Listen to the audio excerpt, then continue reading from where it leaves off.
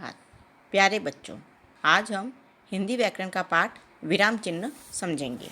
विराम का अर्थ है रुकना और विराम चिन्ह जो कि लिखित भाषा के भावों अथवा अर्थ को स्पष्ट करने के लिए जिन चिन्ह का प्रयोग किया जाता है उसे विराम चिन्ह कहते हैं।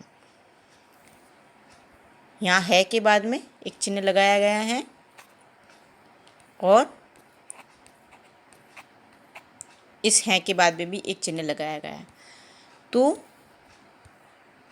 ये अल्प विराम है जो कि हमें वाक्य के बीच में थोड़ा सा रुकना है, और ये पूर्ण विराम है जो कि वाक्य पूरा होने पर या वाक्य समाप्ति पर लगाया जाता है। विराम चिन्ह कई प्रकार के होते हैं। पूर्ण विराम जो कि वाक्य की समाप्ति पर या वाक्य पूरा होने पर लगाया जाता है, ये इसका चिन्ह है। अल्प विराम वाक्य में थोड़ा रुकने के लिए इस चिन्ह का प्रयोग किया जाता है, जैसे सीता, गीता और राधा। तो सीता और गीता के बीच में इस चिन्ह का प्रयोग किया जाएगा। यह है अल्प विराम, यानी कि थोड़ा रुकने के लिए। इससे कुछ ज़्यादा रुकने के लिए अर्धविराम का प्रयोग किया जाता है, जो कि एक वाक्य ख़त्म होने के बाद में जस्ट दूसरा वाक्य शुरू होता है तो हम थोड़ा रुकते हैं, जैसे कि बच्चे आ गए हैं, भोजन न जाने कब आएगा। तो ये वाक्य ये पूरा हो चुका है, लेकिन अभी पूर्णतः इस वाक्य को पूरा नहीं कहा जा सकता, क्योंकि पूरा होने पर या वाक्य समाप्त होने पर इस चिन्ह का प्रयोग किया जाता है, जो कि पूर्ण विराम है। और ये अर्धविराम है, यानी कि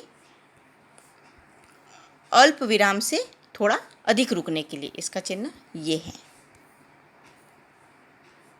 उसके बाद है प्रश्नवाचक चिन्ह। किसी से हम कोई प्रश्न पूछते हैं तो उसके लिए प्रश्नवाचक चिन्ह का प्रयोग किया जाता है। ये है प्रश्नवाचक चिन्ह का निशान। अब है ये विस्मयादिबोधक चिन्ह, जहाँ हर्ष, शोक, प्रशंसा, घृणा आदि के भावों को प्रकट करने के लिए इसका प्रयोग किया जाता है। जैसे शाबाश, शाबाश बहुत अच्छे अंक आए हैं तुम्हारे, तो शाबाश के बाद में इसका प्रयोग किया जाएगा वाह, तुम्हारा तो जवाब नहीं। तो यह है विस्मयादिबोधक चिन्ह। इसका प्रयोग ऐसे वाक्यों में किया जाता है जो कि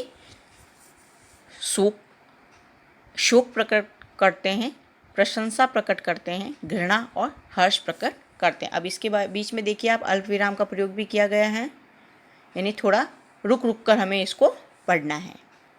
फिर है निर्देशक चिन्ह। इस चिन्ह का प्रयोग किसी उदाहरण की और संकेत करने अथवा निर्देश देने वाले शब्दों या वाक्यों के बाद होता है। जैसे नेताजी सुभाष चंद्र बोस ने कहा। अब क्या कहा, ये निर्देश दिया गया, ये यहाँ पे इसका प्रयोग किया गया, ये निर्देशक चिन्ह है। ये देखिए। अब है विवरण चिन्ह। आपने देखा होगा कि कई बार हम प्रश्न लिखते हैं, उसके बहुत सारे पॉइंट्स होते हैं। तो जब हम एक पॉइंट लिखते हैं उसके बाद में इस चिन्ह का प्रयोग करते हैं और उसका पूरा विवरण लिखते हैं, अर्थात कि पूरा विस्तार से वर्णन उस पॉइंट के अंदर क्या क्या है वो बताते हैं। फिर दूसरा पॉइंट लिखते हैं और फिर इस चिन्ह का प्रयोग करके उसके बाद में दूसरे पॉइंट का भी पूरा विस्तृत वर्णन करते हैं। योजक चिन्ह, दो शब्दों के बीच में यदि संबंध स्थापित होता है, अर्थात जोड़ने वाला, इसका प्रयोग उन दो शब्दों के बीच में किया जाता है जो किसी संबंध के कारण एक साथ आते हैं। जैसे कि माता पिता, भाई बहन, भाई भाई, सुबह शाम, दिन रात, उठते बैठते आदि। हंस पद चिन्ह, ये है योजक चिन्ह का निशान, ये योजक चिन्ह है। अब ये है हंस पद चिन्ह।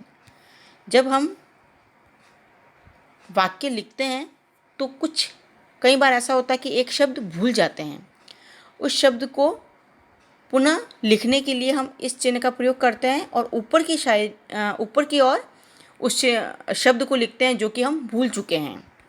तो ये चिन्ह कहलाता है हंस पद चिन्ह। लाघव चिन्ह, आपने देखा होगा कि जब हम डॉक्टर के पास जाते हैं तो डॉक्टर के नाम के आगे इस तरह से डॉक्टर लिखा हुआ होता है, डॉक्टर पूरा लिखा हुआ नहीं होता है। तो ये हैं संक्षेप सूचक चिन्ह, यानी कि उसको संक्षेप में लिखना। जैसे कि यहाँ लिखा है, देखो, क्री, फिर ये लाघव चिन्ह लगा है, प लाघव चिन्ह लगा है, उ लाघव चिन्ह लगा है। तो इसका अर्थ है कृपया पृष्ठ उलटिए। तो इसको पूरा न लिखकर लाघव चिन्ह से दर्शाया गया। उद्धरण चिन्ह, ये दो प्रकार के होते हैं, इकहरा उद्धरण और दोहरा उद्धरण। इकहरा उद्धरण जहाँ विशेष व्यक्ति के उपनाम, पुस्तक, ग्रंथ, कविता का नाम, यदि किसी को कोई उपाधि दी गई है तो उसका नाम इकहरे उद्धरण में लिखा जाता है। जैसे कि रामधानी सिंह दिनकर, अब ये कवि हैं, अब इसका हम पूरा नाम न लिखकर सिर्फ दिनकर भी लिख सकते हैं, या रामधानी सिंह दिनकर को हम सिर्फ दिनकर कहकर भी संबोधित कर सकते हैं।